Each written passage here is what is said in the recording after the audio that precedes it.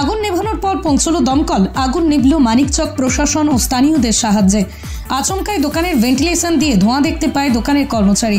সবকিছু বুঝে ওঠার আগে আগুন ছড়িয়ে পড়ে। আশপাশের দোকানদার ও স্থানীয় লোকজন এসে হাত লাগায় আগুন নেভানোর জন্য। ফোন করা হয় মানিকচক পুলিশ প্রশাসনকে। জানানো হয় মালদা জেলার দমকল বাহিনীকেও, কিন্তু দমকল আসার পূর্বে আগুন নিয়ন্ত্রণে আসে মানিকচক পুলিশ প্রশাসন ও স্থানীয়দের তৎপরতায়। ঘটনাটি ঘটেছে মালদা জেলার মানিকচকের মথুরাপুর সুকান্ত মার্কেটের দুধারেই সারিবদ্ধ দোকান। এলাকার একটা ব্যস্ততম মার্কেট, তবে মার্কেটে নেই কোনো অগ্নি নির্বাপক ব্যবস্থা। রবিবার সন্ধ্যা নাগাদ হঠাৎই আগুন লাগে একটি জুতোর দোকানে। স্থানীয়দের অনুমান শর্ট সার্কিট থেকে আগুন। দোকানের মালিক মোহাম্মদ ইয়াকত আলী জানান, জুতোর পাইকারি ব্যবসা করেন তিনি। প্রায় 20 লক্ষ টাকার জুতো মজুদ ছিল তার দ্বিতল দোকানটিতে। পরবর্তীতে স্থানীয়দের সাহায্য, পুলিশ প্রশাসনের সাহায্যে আগুন নিয়ন্ত্রণে আনে। তবে দমকলকে খবর দেওয়া হলেও আগুন নেভানোর পর দমকল এসে পৌঁছয়। ক্ষয়ক্ষতির পরিমাণ প্রায় 20 লক্ষ টাকার বলেই জানান ব্যবসায়ীরা। মানিকচক থেকে অভিষেক খরায়ের রিপোর্ট, NB24 নিউজ।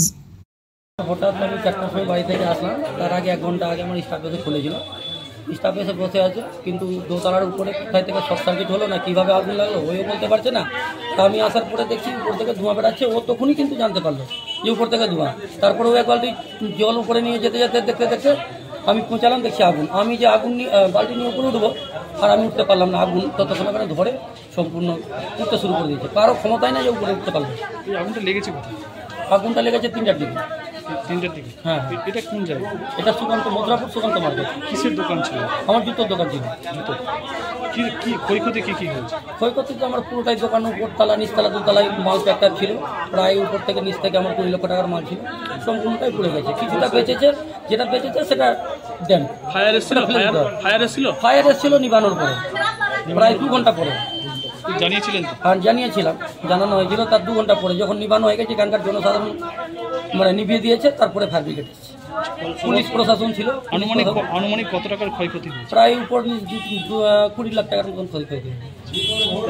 সামনে পুজোর মৌসুম আছে, সেই জন্য কি বেশি করে মাল মজুত করে রাখা হয়েছিল? হ্যাঁ, মাল আমার স্টক থাকে। আমি হোলসেল বিজনেস করি, আমার মাল সবসময় এমনি স্টক থাকে। সম্পূর্ণ মাল আমি রিটেল না, আমি হোলসেল করি। আমার মাল এরকম স্টক থাকেই। কি অনেক টাকার মাল, মানে শর্ট সার্কিটে কি শর্ট সার্কিট হয়েছে? তা তো আমি কিছু বুঝতে পারলাম না কীভাবে হয়েছে। স্টাফও বলতে পারছে না যে কীভাবে লাগলো। ও বসেছিল, তারপরে দেখছে যে উপরে হঠাৎ গন্ধ, তারপরে বাইরে এসে দেখছে আগুন।